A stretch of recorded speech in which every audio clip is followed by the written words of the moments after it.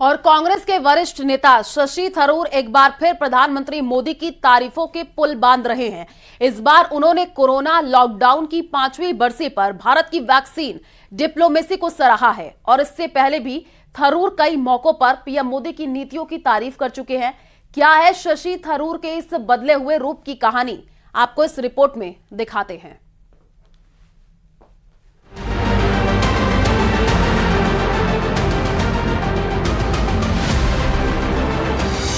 मोदी के फिर मुरीद हुए शशि थरूर। वैक्सीन मैत्री पर थरूर का बयान। कोरोना काल में बढ़ा भारत का मान। भारत की सॉफ्ट पावर का भी किया बखान। सियासी गलियारों में एक बार फिर कांग्रेस सांसद शशि थरूर ट्रेंड कर रहे हैं। वजह है कोरोना काल में भारत की वैक्सीन डिप्लोमेसी की सराहना, यानी पीएम मोदी की नीतियों की सराहना। कोविड-19 लॉकडाउन की 5वीं बरसी पर वैक्सीन मैत्री और वैश्विक संकट के बीच भारत की वैक्सीन डिप्लोमेसी की सराहना करता हूं। शशि थरूर ने बाकायदा एक आर्टिकल के जरिए भारत की लगातार बढ़ती ग्लोबल सॉफ्ट पावर का भी जिक्र किया है। कोविड महामारी के दौरान भारत की वैक्सीन डिप्लोमेसी उस भयावह समय के बीच जिम्मेदारी और एकजुटता की मजबूत मिसाल के रूप में सामने आई। 100 से ज्यादा देशों को भारत में निर्मित वैक्सीन देकर भारत ने यह साबित किया कि जरूरत के समय मदद का हाथ बढ़ाने की उसकी क्षमता कितनी असरदार है। महज 2 महीने में ये 5वां मौका है जब शशि थरूर ने मोदी सरकार की नीतियों को लेकर तारीफ की है। इससे पहले 23 फरवरी 2025 को उन्होंने मोदी ट्रंप की मुलाकात की सराहना की। 25 फरवरी को पीयूष गोयल के साथ FTA वार्ता की प्रशंसा की। 18 मार्च को रायसीना डायलॉग में भारत की शांति पहल को सराहा।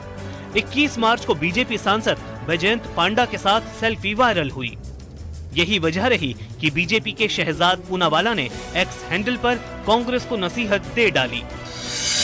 यूक्रेन रूस मामले में मोदी सरकार की शानदार विदेश नीति की प्रशंसा, ईवीएम और चुनाव आयोग पर संदेह करने वालों को चुप कराने के बाद अब डॉक्टर थरूर ने भारत की वैक्सीन मैत्री, वैक्सीन डिप्लोमेसी पर एक शानदार लेख लिखा है। उम्मीद है कि कांग्रेस उन्हें बर्खास्त नहीं करेगी, बल्कि एक बार राष्ट्र नीति को राजनीति से और देश के हित को पारिवारिक हित से ऊपर रखेगी। देर आए दुरुस्त आए। आखिर कांग्रेस के नेता को यह मानना पड़ा कि प्रधानमंत्री नरेंद्र मोदी जी ने कोविड काल में जिस तरह से मानवता के पक्ष में अपने आप को खड़े कर कर दुनिया को दिखा दिया कि भारत वसुधैव कुटुंबकम के रास्ते पर चलता है। लेकिन तब राहुल गांधी और कांग्रेस पार्टी लगातार भारत की प्रतिष्ठा और प्रधानमंत्री जी की कदम का विरोध कर रहे थे। आज शशि थरूर का स्वीकार करना ये दिखाता है कि प्रधानमंत्री नरेंद्र मोदी जी की नीतियां, कार्यक्रम आज दुनिया की राजनीति में एक महत्वपूर्ण हस्तक्षेप के रूप में है। थरूर जी ने जो कहा है वैक्सीन डिप्लोमेसी को लेके, वो एक सत्य है। नरेंद्र मोदी जी की सरकार के चलते विश्व में जो काम हुआ, वैक्सीन जिस प्रकार से बांटे गए, उसे भारत की छवि और भारत का एक वर्चस्व बढ़ा। अब अगर भारत का वर्चस्व और छवि बढ़े, उसमें सुधार आए, लोगों में खुशी आए, तो ये तो भारतीयों के लिए एक अच्छी बात है।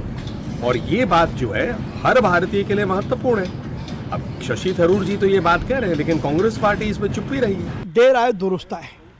वैक्सीन डिप्लोमेसी में न केवल हिंदुस्तान में ही बल्कि पूरे विश्व ने प्रधानमंत्री नरेंद्र मोदी की तारीफ करी कि न केवल उन्होंने वैक्सीन स्वदेशी डेवलप करी, अपने देश के लोगों को फ्री दी, बल्कि विश्व के अनेक राष्ट्रों में वैक्सीन दी, जिसके कारण से वहाँ हजारों लाखों लोगों की जान बची।